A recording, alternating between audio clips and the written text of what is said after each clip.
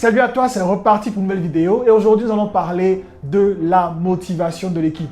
Un thème qui arrache les cheveux aux managers, même aux plus expérimentés. Alors si tu es nouveau manager, cela va t'aider plus tard dans ta carrière. Mais si tu es un manager qui, disons, a plus d'un an d'expérience et tu galères à motiver ton équipe, alors cette vidéo va t'intéresser. Aujourd'hui, j'ai 4 conseils pour toi, 4 secrets de management qui te permettront de savoir qu'est-ce qu'il faut faire ou qu'est-ce que j'ai fait pour pouvoir maintenir la motivation au sein de mon équipe lorsque les éléments de motivation ne me motivaient plus. C'est juste après le générique.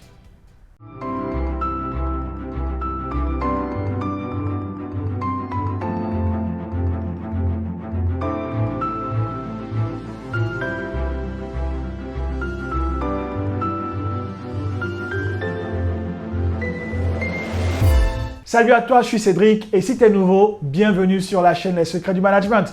Alors, sur cette chaîne, je parle de mon expérience. Lorsque j'ai commencé en management, lorsque j'ai eu mon premier rôle de manager, je cherchais des éléments pratiques, des éléments concrets qui allaient me permettre de bien commencer mon management. Même plus tard en carrière, je cherchais des éléments qui allaient me permettre de savoir comment me comporter dans certaines situations.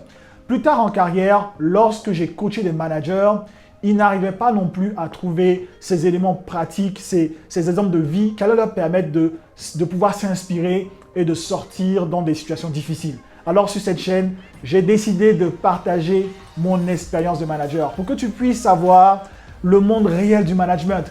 Qu'est-ce qui se passe dans le management? Quelles sont les difficultés qu'on rencontre et comment s'en sortir? Surtout ça, comment s'en sortir? Quels sont les moyens les plus rapides pour y arriver? Aujourd'hui, nous allons parler de la motivation. La motivation est un élément super important lorsqu'on est manager. Et je pense que c'est l'un des piliers les plus importants d'ailleurs en management. Parce que si tu n'as pas une équipe motivée, il te sera difficile d'atteindre tes buts. Comme ça, j'ai eu une discussion avec un de mes collègues il y a quelques temps de cela. Et on parlait de comment motiver une équipe. Comme ça, il m'a dit, j'ai l'impression que mon équipe perd sa motivation. J'ai l'impression que mon équipe n'est plus ce qu'elle est. Ces éléments de motivation externe sont en train de perdre leur puissance, sont en train de perdre leur signification. Au début, c'était intéressant, mais maintenant, il nous faut à chaque fois revenir avec de nouvelles idées, revenir avec des éléments de motivation qui vont leur permettre de donner le meilleur d'eux. Okay? Et il me disait comme ça, je suis à court d'idées et je ne sais pas comment faire. Alors, toi, Cédric, comment est-ce que tu fais? Comment tu as fait durant tout ce temps pour pouvoir maintenir ton équipe motivée? Comment est-ce que tu fais?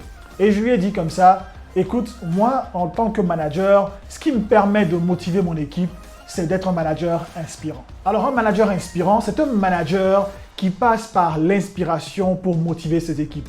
Les éléments de motivation, vous savez, en compagnie, sont des éléments qui perdent d'intensité au fur et à mesure. Ce sont des éléments qui, au bout d'un certain moment, ne vont plus avoir cette même vitalité, cette même puissance pour pouvoir motiver aux équipes. Parce que, en tant qu'humain, tout comme moi, si je suis habitué à obtenir quelque chose, supposons un bonus qui me vient par mois, chaque mois, à un moment donné, le bonus n'aura plus la même intensité comparé à lorsque c'était la première fois que j'obtenais ce bonus-là.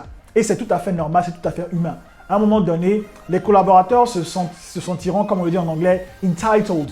Et ils se diront, ouais, bon, d'ailleurs, j'ai le bonus et ouais, c'est mon droit. Voilà. Et à un moment donné, ce bonus-là qui est censé être cet élément qui va motiver votre équipe devient un problème. En étant un manager inspirant, vous cherchez la motivation au sein de vos collaborateurs. Il faut que la motivation vienne d'eux. Et lorsque c'est fait comme ça vous permettra de maintenir cette motivation-là au sein de vos collaborateurs. Lorsque ces éléments extérieurs ne vont plus être ces éléments qui leur permettront d'être des super collaborateurs, ce sont ces éléments inspirants qui vont leur permettre de toujours donner le meilleur d'eux.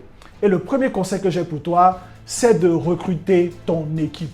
Alors selon moi, ce qu'il faudra faire, c'est de demander à être membre du panel de recrutement. Surtout lorsque tu seras le manager direct de cette personne-là. Tu as envie de choisir toi-même tes équipes. Tu as envie toi-même de choisir tes collaborateurs, tes collaboratrices. Parce que durant l'interview, qu'est-ce que tu vas faire? Tu vas chercher des personnes avec qui tu sens qu'il y a un lien, des personnes qui partagent les mêmes valeurs que toi, les personnes que tu sens vont t'écouter et verront en toi une personne avec qui elle peut travailler et que tu peux travailler aussi.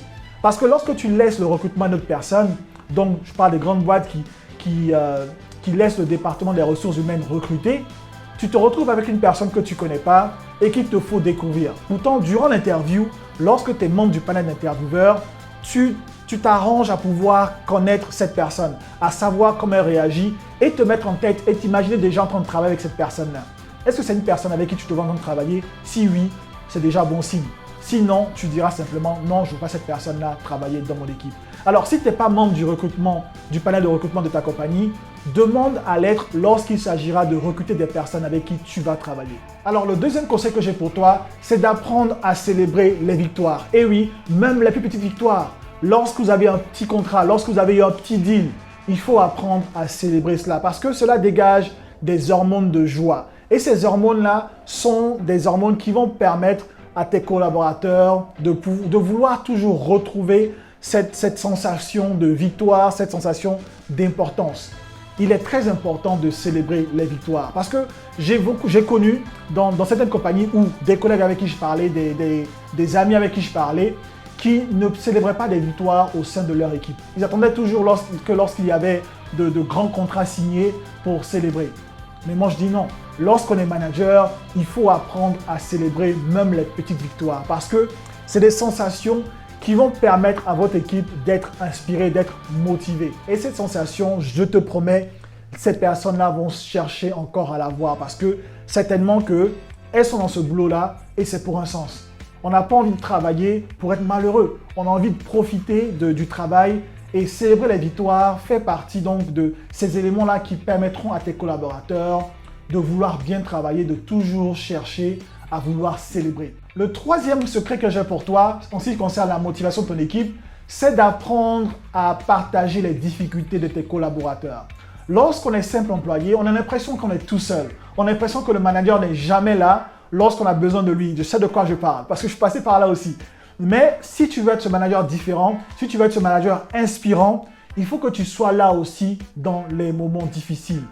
Partage avec tes collaborateurs les moments où ils sont dans les difficultés. Alors par exemple, lorsque mes collaborateurs sont en train de faire face à une situation où il y a un client qui est mécontent, je suis à leur côté pour pouvoir leur porter main forte, pour pouvoir être là dans ces moments difficiles-là et de pouvoir donc permettre à ses collaborateurs de faire face à la situation et régler la situation du client mécontent. Il faut éviter lorsqu'on est manager de toujours mettre la faute sur les collaborateurs parce que j'en vois des managers à chaque fois qu'il y a un problème sont en train de dire le client est roi, le client a toujours raison, mais moi en ce qui me concerne le client n'a pas toujours raison. Et lorsque le client n'a pas raison, certainement il faut manager la situation de manière professionnelle, donc que le client puisse partir satisfait et c'est à toi de savoir ce que tu veux dire par satisfait. Mais lorsque tu es en train de manager la situation difficile, évite de rendre ton collaborateur, ta collaboratrice coupable de ce qui se passe. Partage ces moments difficiles-là avec eux. Et aussi même dans la vie privée. Dans la vie privée, des collaborateurs et des collaboratrices ont aussi besoin de leur manager pour pouvoir leur permettre de faire face à la journée. Nous sommes des humains, nous avons des problèmes familiaux, nous avons des problèmes personnels.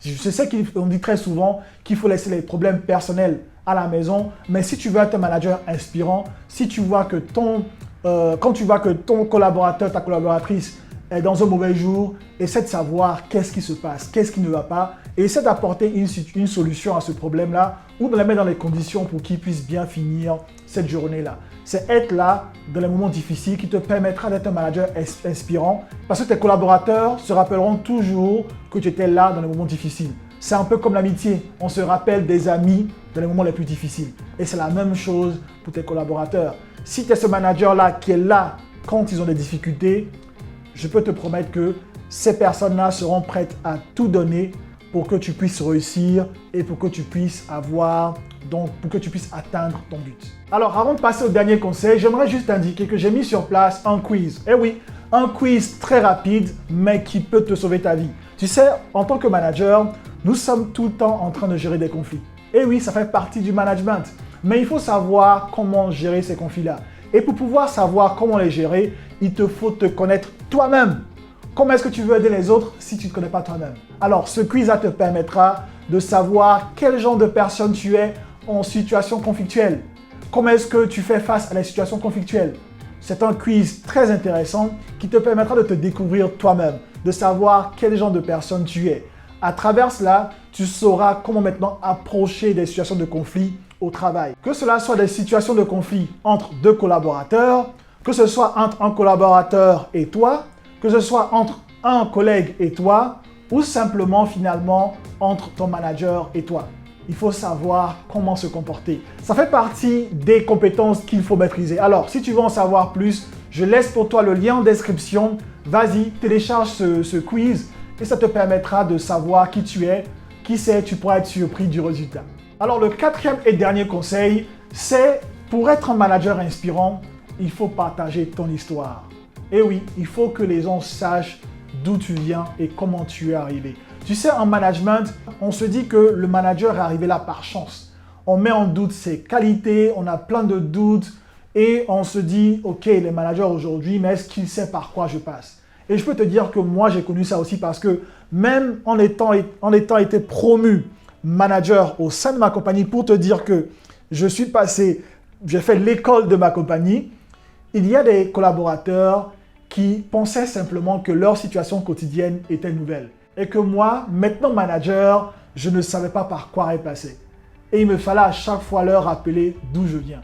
Partage avec ces personnes-là tes moments difficiles. Partage avec ces personnes-là, comme on le dit en anglais, ton journey. Il faut que ces personnes-là connaissent ton histoire. Par quoi tu es passé.